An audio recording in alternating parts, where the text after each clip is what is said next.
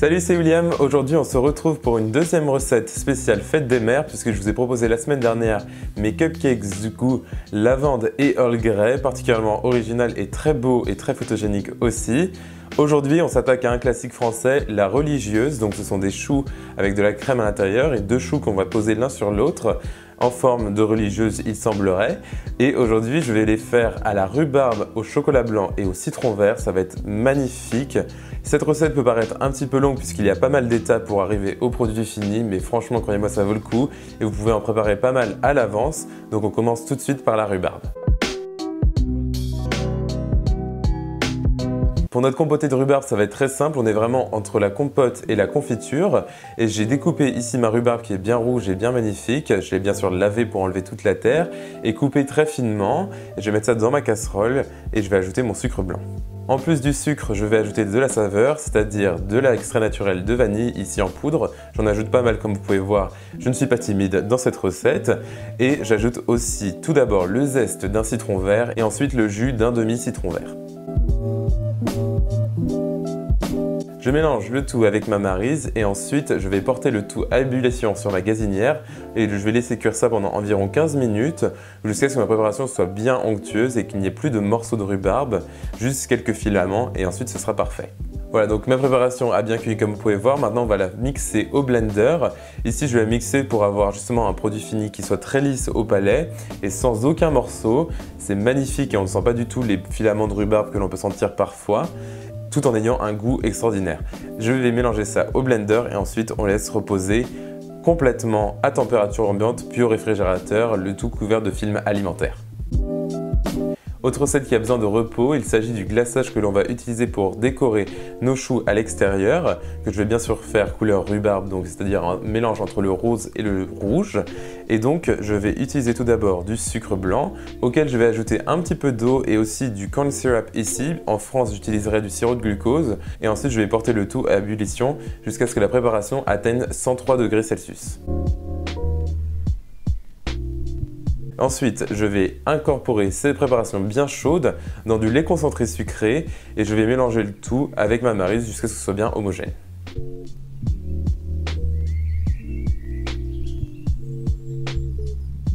Après environ 5 minutes de repos, c'est-à-dire le temps que la préparation soit moins brûlante, vous pouvez ajouter maintenant le chocolat blanc. Ici j'ai des mini pépites magnifiques qui fondent en 2 secondes et je vais mélanger à nouveau juste pour faire fondre le tout. Et ensuite on pourra ajouter notre gélatine en poudre. Vous pouvez bien sûr utiliser de l'agar-agar dans cette recette, mais il faudra utiliser les inscriptions sur votre paquet. Et si j'ai eu beaucoup de mal à en trouver, ça coûtait particulièrement cher au supermarché, donc j'ai acheté de la gélatine en poudre, ce que je ne ferai jamais en France. Mais c'est quand même assez pratique, il faut le dire. Et si d'utiliser de la gélatine de poisson, c'est quand même moins horrible que de la gélatine de porc. Et ensuite, on ajoute notre colorant rouge pour colorer le tout. Mon glaçage est bien lisse et bien brillant, c'est parfait. Maintenant, je vais le couvrir de film alimentaire et vraiment au contact du film alimentaire. Et ensuite, on peut laisser reposer ça à température ambiante. Alors, notre compotée de rhubarbe est prête, notre glaçage est prêt. Maintenant, on peut passer à la pâte à choux. Et je vais faire une recette de pâte à choux vraiment basique, à commencer par bien sûr du lait entier, auquel je vais ajouter un petit peu d'eau. Et ensuite, j'ajouterai un petit peu de sucre et du beurre normal. Ici, j'utilise du beurre demi-sel, mais vous pouvez bien sûr utiliser du beurre doux et ajouter une petite pincée de sel. Je fais fondre le tout jusqu'à ce que mes préparations soient bien liquides et que le beurre soit intégralement fondu. Et ensuite, on peut ajouter notre farine. Et comme dans toutes mes recettes de choux, comme les éclairs par exemple que j'ai fait goût tiramisu, je vais mélanger ma farine jusqu'à ce qu'elle soit bien sèche. Ça va prendre environ 3 à 5 minutes. Et je fais le tout sur un feu assez doux. Ma pâte s'est bien asséchée pendant quelques minutes sur la flamme et je vais ensuite la mettre dans mon saladier et je vais battre le tout avec un mixeur. Ça peut paraître assez bizarre mais c'est tout simplement pour la refroidir. Bien sûr, vous pouvez la battre aussi avec la maryse pour la refroidir 5 minutes avant d'ajouter les premiers œufs. C'est ce qui nous permet d'avoir des choux bien gonflés. C'est surtout d'avoir une préparation pas trop chaude et de ne pas cuire les œufs à cette étape. Maintenant, j'ajoute tous mes œufs, je vais mélanger entre chaque addition avec ma maryse ou avec une cuillère en bois si jamais vous en avez une. Et surtout, mélangez bien entre chaque addition, il faut que chaque œuf soit bien incorporé séparément. Pour le dernier œuf, je l'ai battu tout seul et je vais ajouter que la moitié puisque j'utilise des œufs assez énormes aujourd'hui. Je vous conseille d'utiliser des œufs normaux en France. Le meilleur indice de toute façon, c'est qu'il faut avoir une sorte de ruban qui ne se casse pas. donc entre le liquide et le épais. Et ensuite, vous ajoutez votre pâte dans votre poche à douille munie d'une douille unie et ensuite on va former nos choux.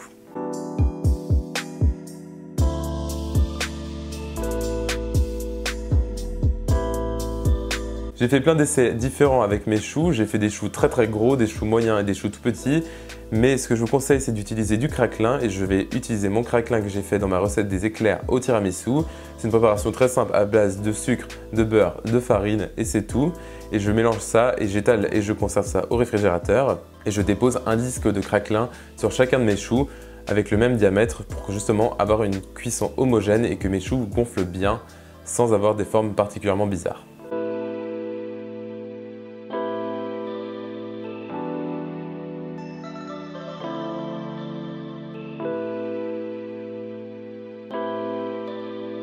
Génial, maintenant on peut cuire nos choux dans notre four préchauffé à 200 degrés Celsius et dès que je les mets dans le four, je baisse la température du four à 180 degrés Celsius et pour mes choux moyens, je vais les faire cuire pendant environ 25 à 30 minutes à 180 degrés Celsius. Ensuite, je baisse la température du four à 150 et je les fais cuire encore 5 minutes et ensuite je les laisse sécher bien dans le four. C'est très important qu'ils soient bien secs à l'intérieur pour pas qu'ils s'affaissent en refroidissant.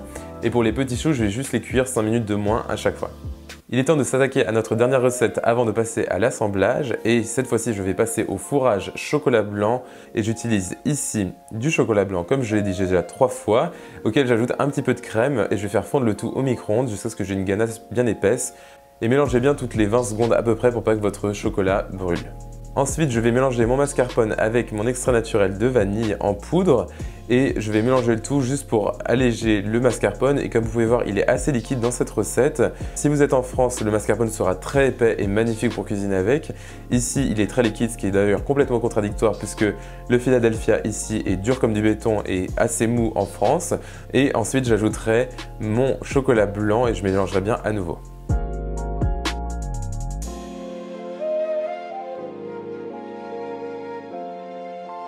Génial, pour le côté mousseux maintenant, je vais ajouter de la crème que j'ai fait monter en chantilly et je vais l'incorporer à la marie jusqu'à ce que j'ai une préparation bien homogène. Puisqu'ici j'avais une préparation assez liquide à cause de mon mascarpone, j'ai ajouté de la gélatine en poudre. Franchement, je pense que vous n'en aurez pas besoin en France avec le mascarpone bien épais que nous avons qui est magnifique. Mais ici j'en avais besoin pour avoir une préparation assez épaisse quand même. Alors, il est temps de passer à l'assemblage de nos choux et on va tout de suite commencer par les fourrer avec nos deux préparations au mascarpone et à la rhubarbe. Je vais commencer par remplir chaque chou avec ma mousse de chocolat blanc, plus ou moins jusqu'à la moitié, c'est vraiment une question de feeling dans ces choux. Et ensuite, j'ajouterai ma rhubarbe par-dessus, ça va faire comme un insert de rhubarbe au milieu du mascarpone à l'intérieur du chou. Et ensuite, vous pouvez rajouter un petit peu de mascarpone si jamais vous voulez que ce soit vraiment soudé au niveau de la sortie de la douille. Et ensuite, on passera au glaçage. Une fois que chaque chou est bien fourré, je préfère les conserver au réfrigérateur quelques minutes, 30 minutes par exemple ou 1 heure, jusqu'à ce qu'ils soient un peu plus durs et je les trempe dans mon glaçage qui est bien rose comme vous pouvez voir. Enlevez bien l'excédent de glaçage surtout pour pas que ça coule trop sur les bords. Vous pouvez voir que mon glaçage tombe un petit peu sur les côtés et il est un petit peu trop liquide. Mais ne vous inquiétez pas, j'ai modifié la recette du glaçage pour qu'il tienne mieux et ça a été testé et approuvé après avoir tourné cette vidéo. Une fois que nos choux sont bien glacés, je vais les disposer donc l'un sur l'autre, donc le petit chou sur le gros chou, et je vais sceller le tout avec encore plus de glaçage au mascarpone que j'ai utilisé pour le fourrage, et je vais faire des petites décorations sur les côtés. Pour la décoration finale, j'ai réalisé des sortes de chapeaux en chocolat blanc. Ces chapeaux sont tout simplement inspirés des femmes qui vont au gospel le dimanche à Harlem, puisque vous savez que j'habite à Harlem grâce à Instagram. Et ces femmes sont magnifiques avec leurs tenues colorées et leurs chapeaux toujours très grandioses. Et c'est pour ça que je fais des petits chapeaux blancs qui vont particulièrement bien avec les couleurs de notre religieuse.